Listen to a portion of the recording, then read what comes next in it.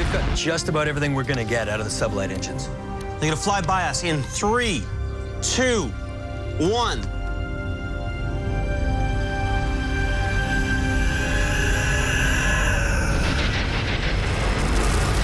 Interesting. What? If these readings are correct, and to be perfectly fair, they may not be. Rodney. It's an ancient warship. It's possibly Aurora class. Who's flying it? I would imagine ancients. Well, there hasn't been any of them around for over 10,000 years. Relativity. Look, remember, for them, only a handful of years have passed. Ships have hyperdrives? Well, maybe their hyperdrive was damaged in the battle with the Wraith. It happens with us all the time. I mean, maybe it conked out on the way, and they were forced to continue it as close to light speed as possible. That would explain how they got 1,000,000 light years away from Pegasus without having to leave 1,000,000 years ago. You know their subspace drive specs better than I do, Doctor, but I'm not sure an Aurora-class ship has the power to do what you're suggesting. Well, maybe they have a ZPM. That would be worth finding out. Okay, we need to send them a message before they get out of range, and we have to jump ahead.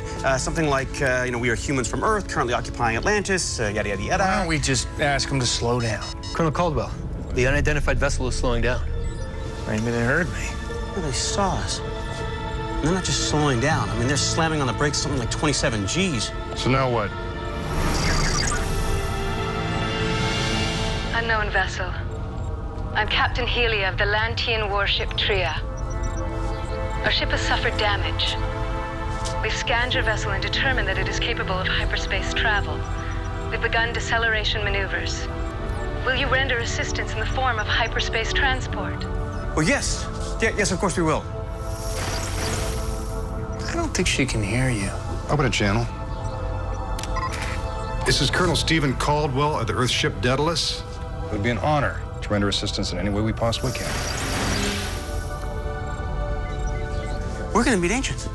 I mean, flesh and blood ancients who know what everything is and how everything works. I mean, I don't even know what to ask first. Well, it's going to be a couple hours before we can match velocities for transport. That should give you enough time to write out that list. Right. They were battle-scarred and already well on their way to Earth when their hyperdrive finally gave out on them. They decided it was best to continue forward than go back. And how many survivors? Just over 100. Word has already begun to spread amongst my people. They believe this return was foretold, that it marks a turning in the tide in the war against the Wraith. I don't know about that.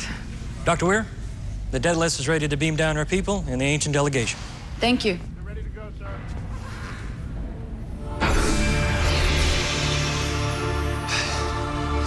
Dr. Weir, Ronan Taylor, this is Helia, captain of the ancient ship Tria. It's an honor to meet you. Thank you. And from what I'm told, you've done a remarkable job preserving our city. Well, we did what we could with what we had. I need to speak to the leader of your people. I'm in charge of the Atlantis expedition. You misunderstand me, Dr. Weir. I need to talk to the one who can speak for all the people of Earth. That can certainly be arranged, but may I ask why?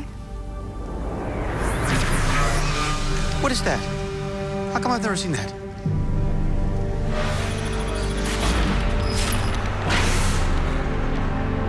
Excuse me, what's going on? Thank you for all that you've done, Dr. Weir. But your guardianship of this city is no longer necessary. The city is now under my control.